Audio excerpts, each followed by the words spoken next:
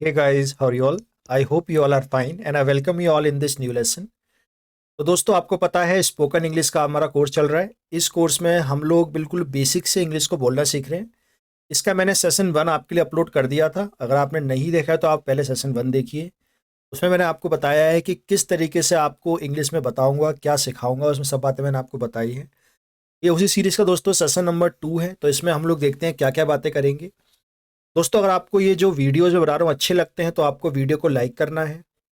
अगर अब तक आपने चैनल को सब्सक्राइब नहीं किया है तो आप चैनल को सब्सक्राइब कर लीजिए। साथ में आप लोग बेल आइकन दबा देना, जिससे फर्दर अगर मैं कोई नया वीडियो ऐड करूँगा तो आपको उसका नोटिफिकेशन मिल जाएगा। राइट। और दोस्तों एफर्ट्स कैसे लग रहे हैं, आपको कितना फ़ायदा कर रहा है, ये आप मुझे कमेंट करके ज़रूर बताइएगा। चलिए तो स्टार्ट करते हैं। तो सबसे पहले आप देखिए, मैंने आपको बताया था पिछले वीडियो में कि मैं किस तरीके से चीज़ों को करने वाला हूँ। तो एक तो तरीका मैंने आपको बताया था कि तरीका ये है कि आप ग्रामर का यूज़ करिए। इस तरीके से आप देख सकते हैं, बड़ा ही टफ तरीका होता है। उसमें आपको बहुत सारे रूल्स याद करने पड़ते हैं। बहुत सारी चीज़ें ऐसी होती हैं जो आपको करनी पड़ती हैं और फिर भी इंग्लिश हम नहीं बोल पाते हैं। और एक तरीका कुछ इस तरीके का होता है जिसमें हम लोग नेचुरल तरीके से इंग्लिश को सीखते हैं। तो आज ऑफिशियली हम लोग स्टार्ट कर रहे हैं उस नेचुरल तरीके से इंग्लिश को सीखना। आज बेसिकली मैं आपको कुछ बेसिक बातें बताऊंगा जो पूरे कोर्स में आपके काम आएंगी। कुछ बेसिक टर्म्स में आपको बताऊंगा जो आपको याद रखने हैं। मैंने आपको ये वादा किया है कि हम लोग ग्रामर का यूज़ नहीं करेंगे, हम लोग बिना ग्रामर के यूज़ करे हुए इंग्लिश को बोलना सीखेंगे। So let us learn that कि किस तरीके से हम लोग बिना ग्रामर का यूज़ करे इंग्लिश को सीखते हैं। बिना टेंस का नाम लिए हम लोग इंग्लिश को सीखते हैं।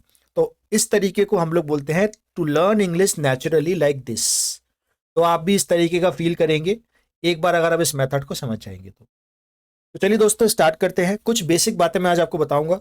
आज का जो बेसिकली कंटेंट हमारा होगा, इसमें मैं आपको कुछ बेसिक टर्म्स बताऊंगा that you must know to learn a good English. वो बेसिक टर्म हम एक बार देखते हैं। सबसे पहले आप देखिए, सबसे पहला जो बेसिक टर्म है जिसका मैं नाम लेना चाहूंगा, सबसे पहले हम बात करेंगे एक्शन के बारे में। अब ये एक्शन क्या होता है ये मैं आपको बताऊंगा। ये हमारा पहला टर्म है। आप लोगों ने अगर थोड़ी सी भी ग्रामर पढ़ी है, नहीं पढ़ी है तो कोई बात नहीं है, तो आपने ये पढ़ा होगा कि ग्रामर में हम लोग वर्ब यूज करते हैं। अब वर्ब बेसिकली इसे हिंदी में हम लोग क्रिया कहते हैं, यानी कि कोई भी ऐसा काम जो हम करते हैं, तो उसी वर्ब को मैं एक्शन बोल रहा हूं। अब ये एक्शन बेसिकली होता क्या है? देखिए, जो भी काम आप अपने बॉडी के थ्रू करते हैं, तो what ever you do from your body. अब आपकी बॉडी में काफी सारी चीजें आ जाती हैं, जैसे कि आप जो काम अपने हाथों से करते हैं, जो काम अपनी आंखों से करते हैं, जो काम अपने पैरों से करते हैं, जो भी काम अपनी आप बॉडी के थ्रू करते हैं उसे हम लोग एक्शन कहते हैं। जैसे कुछ एक्शन मैं आपको बताऊं, जैसे अभी मैं एक एक्शन कर रहा हूं, मैं बोल रहा हूं, तो स्पीक एक एक्शन हो गया। दूसरा एक्शन मैं कर रहा हूं, मैं लिख भी रहा हूं, तो राइट भी एक एक्शन हो गया। और आप एक जो एक्शन कर रहे हैं वो आप सुन रहे हैं, तो लिसन एक एक्शन हो गया। अंडरस्टैंड करना भी एक एक्शन हो गया। वॉक करना भी एक एक्शन हो गया। बातें करना भी एक एक्शन हो गया। इस तरीके से बहुत सारे एक्शन हैं जो आप देख सकते हैं। तो समझ में आया एक्शन क्या होता है? आपको ये एक्शन पीछा नहीं छोड़ेगा इंग्लिश में। आपको बार बार एक्शन को यूज करना पड़ेगा, यानी कि एक्टिविटी को यूज करना पड़ेगा। आपके सेंटेंस में कोई ना कोई किसी ना किसी तरीके से इस एक्शन को करेगा। राइट। अब इस एक्शन को करेगा कौन, उस पर मैं भी अभी आऊंगा। उससे पहले आप एक बात समझिए। हमारे पास देखिए दो टर्म होते हैं। एक हमारे पास टर्म होता है प्रीफिक्स, और एक हमारे पास टर्म होता है जिसको हम बोलते हैं सफिक्स। प्रीफिक्स और सफिक्स बेसिकली क्या होते हैं? जैसे मान लीजिए ये कोई मेन किसी का नेम है, उस नेम से पहले जो लगता है उसे हम लोग प्रीफिक्स कहते हैं। उस नेम के बाद में जो लगता है उसे हम लोग सफिक्स कहते हैं। मान लीजिए किसी का नाम है मिस्टर राम कुमार। अगर आप में से किसी का नाम राम कुमार है तो कमेंट करके बताइएगा। तो इसमें जो मिस्टर है ये आपका प्रीफिक्स है, और कुमार इसमें जो है ये आपका सफिक्स है। क्लियर है? तो मैं आपको ये क्यों बता रहा हूं, इसको समझिए। देखिए, मैंने आपको जस्ट बताया कि जब भी कोई भी हमने एक्शन लिया, आप समझिएगा, हमने किसी भी एक्शन में एक प्रीफिक्स लगा दिया, उस प्रीफिक्स का नाम है ईआर। Please remember this. अगर आपने किसी भी एक्शन में एक प्रीफिक्स लगा दिया जिसका नाम है ईआर, तो आप उस एक्शन को करने वाला बना सकते हैं। मेरा मतलब कहने का ये है, मान लीजिए आपने एक्शन लिया राइट, राइट होता है लिखना। अब आपको ये बनाना है कि लिखने वाले को क्या कहते हैं, तो आप क्या करेंगे, इसमें ई आर लगा देंगे। अब डबल ई तो होगा नहीं, तो ये कन्वर्ट हो जाएगा राइटर में। तो लिखना होता है राइट और लिखने वाला क्या होता है, राइटर। बात समझ में आई। उसी तरीके से एक वर्ड होता है जिसको हम बोलते हैं यूज, इस्तेमाल करना, और इसमें आप ई आर लगा दो तो क्या बन जाता है, यूजर। अब समझिएगा, अब आपको यूज और यूजर अलग अलग वर्ड समझ के याद नहीं करने, आपको एक्शन याद रखना है और आप उसको ई आर लगा के उस काम को करने वाला बना लेते हैं। जैसे एक हमारे पास एक्शन होता है डांस, आप सभी जानते हैं डांस होता है नाचना, इसमें आपने ई आर लगा दिया तो ये बन जाएगा डांसर। तब आप लोग कह रहे होंगे सब हम लास्ट में ई डबल ई वाले बता रहे हैं, एक और देखते हैं बिना डबल ई वाला। जैसे एक एक्शन होता है गो, वेरी फेमस, इसमें आपने ई आर लगा दिया। गो होता है जाना, और कहीं भी जाने वाले को हम लोग कहते हैं गोअर, जैसे कॉलेज गोअर, स्कूल गोअर, जिम गोअर। तो इस तरह से आप दोस्तों एक्शन का यूज करके उसमें ई आर लगा के किसी भी एक्शन को करने वाला बना सकते हैं। अगर ये आपको समझ में आया तो आप मुझे बताइए, ये एक्शन हमारे पास होता है डू। अगर डू का मतलब होता है किसी काम को करना, आप सभी जानते हैं हिंदी में किसी भी काम को करना डू होता है, और डू भी क्या होता है, डू एक तरीके का हमारे पास एक्शन ही तो होता है। तो अगर डू मतलब करना होता है तो किसी काम को करने वाला बनाने के लिए हम इसमें क्या पुट करेंगे, ई आर पुट करेंगे, और इस तरह से कन्वर्ट हो जाएगा डूअर में। तो मैं ये कह सकता हूं डूअर वर्ड का मतलब होता है किसी काम को करने वाला, किसी काम को यानी कि एक्शन को करने वाला। अब आपको बात समझ में आई मैंने क्या बताया। तो यहां मैंने आपको देखिए दो टर्म बता दिए। पहला टर्म एक्शन क्या होता है, जो भी काम अपनी बॉडी के थ्रू करते हैं, और जो भी एक्शन को करता है उसे हम लोग डूअर कहते हैं।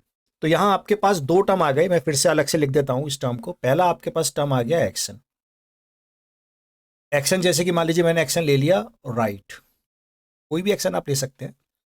दूसरा आपके पास टर्म आ गया डूअर। अब मान लीजिए जो राइट एक्शन है इसे कोई ना कोई डूअर तो करेगा। अब ये डूअर कितने तरीके के होते हैं, तो आप याद रखिएगा बेसिकली डूअर हमारे तीन तरीके के होते हैं। एक हमारे होते हैं फर्स्ट डूअर, फर्स्ट कैटेगरी के डूअर, एक हमारे होते हैं सेकंड कैटेगरी के डूअर, और एक हमारे होते हैं थर्ड कैटेगरी के डूअर। जो हमारे फर्स्ट कैटेगरी डूअर होते हैं उसमें हमारा आई और वी आता है, यानी कि मैं और हम। यू में इसमें सेकंड में हमारा यू आता है, और थर्ड में आई वी और यू के अलावा सब कुछ आते हैं, जैसे कि ही आ गया, सी आ गई, किसी का भी नाम आ गया, जैसे राम आ गया, सीता आ गया, कोई भी नाम। तो ये तीन डूअर होते हैं, ध्यान दीजिएगा। जो एक्शन है उसको जो भी करेगा उसे हम लोग क्या बोलेंगे, उसे हम लोग डूअर बोलेंगे। अब आपको ये दो कंसेप्ट दोस्तों समझ में आ गए होंगे, ये बहुत इंपॉर्टेंट कंसेप्ट है। अब ये इंपॉर्टेंट क्यों है, देखिए ये जो डूअर है जब ये किसी एक्शन को करेगा तो आपको सेंटेंस मिलने लगेंगे। देखिए जो तरीका मैं आपको बता रहा हूं विश्वास रखिएगा, इससे आसान तरीका कोई हो ही नहीं सकता इंग्लिश को सीखने का। तो अब आपको याद रखना है कोई भी डूअर अगर होगा वो किसी भी एक्शन को करेगा, एक्शन आपको पता चल गया तो हमें सेंटेंस मिलने लगेंगे। तो ये दो टर्म आपको अच्छे से याद रखने हैं, ठीक है। अब आता है हमारा तीसरा टर्म। तीसरा टर्म जो हमारा है उसे हम लोग बोलते हैं दोस्तों टाइम वर्ड। आपके सेंटेंस में किस समय की बात हो रही है, क्या कोई प्रेजेंट की बात कर रहा है, क्या कोई पास्ट की बात कर रहा है, उसे हम कहते हैं टाइम वर्ड। अब जैसे मान लीजिए कहीं पर लिखा है डू यू, कहीं पर लिखा है डिड यू, कहीं पर लिखा है विल यू। आप कैसे पहचानेंगे कहां प्रेजेंट की बात हो रही है, कहां कहां पास्ट की बात हो रही है। तो यहां पर कुछ स्पेसिफिक वर्ड होते हैं जैसे कि डू, डिड एंड विल। ये जो होते हैं इन्हें हम लोग टाइम वर्ड कहते हैं, क्योंकि ये टाइम को बताते हैं। डू बताता है प्रेजेंट को, डिड बताता है पास्ट को, और विल बताता है फ्यूचर को। तो अब दोस्तों आपका बेसिक समझ में आ गया होगा, आपको ये तीनों टर्म मैं उम्मीद करता हूं अच्छे से समझ में आ गए होंगे। एक्शन क्या होता है, डूअर क्या होता है, और ये टाइम वर्ड क्या होता है। अब इन तीनों टर्म को यूज करके अगले सेशन में मैं आपको बताऊंगा आखिर सेंटेंस कैसे बना सकते हैं हम लोग, किस तरीके से इन तीनों को यूज करके सेंटेंस बनाएंगे। डायरेक्टली सेंटेंस बनाएंगे, सिचुएशन के अकॉर्डिंग बनाएंगे, नेचुरल तरीके से बनाएंगे, राइट। तो जो बातें मैंने आपको बताई हैं दोस्तों वो मैंने यहां पर आपके लिए एक्सप्लेन कर दी हैं, तो आप चाहें तो एक बार देख सकते हैं। तो एक्शन क्या होता है, जो भी काम अपनी बॉडी के थ्रू करते हैं, जैसे कि walk, talk, read, meet, accept, work, write. एक बार आप देख सकते हैं, आपको समझ में सब कुछ वैसे आ गया होगा। डूअर क्या होता है, जो भी काम डूअर करता है, जैसे कि आई एक डूअर है, यू एक डूअर है, ही और she, they, we, they are the doer. और सफिक्स वाला पार्ट मैंने आपको बता दिया था किस तरह से ई आर का आप यूज करके स्पीकर, डांसर, स्मोकर, कमर बना सकते हैं। टाइम वर्ड भी मैंने आपको एक्सप्लेन कर दिया दोस्तों, आपको समझ में आ गया होगा। ऐसा वर्ड जो इंडिकेट करता है टाइम को सेंटेंस में। तो ये तीनों मैंने आपको दोस्तों टर्म बता दिए हैं। अब इन तीनों टर्म का हम लोग यूज करेंगे। अगले सेशन में मैं आपको बताऊंगा सेंटेंस फ्रेमिंग कैसे होती है। Guys that is all about this video. उम्मीद करता हूं आपको वीडियो अच्छा लगा होगा, आपको वीडियो इंफॉर्मेटिव लगा होगा। तो अगर आपको वीडियो अच्छा लगा है, इंफॉर्मेशन मिली है, तो वीडियो को लाइक करना तो बनता ही है। आपके जो भी दोस्त हैं उनके संग शेयर कर दीजिए, और अगर अब तक आपने चैनल को सब्सक्राइब नहीं किया है, चैनल को सब्सक्राइब कर लेना। So that is all about this video. Thank you so much, take care, bye bye.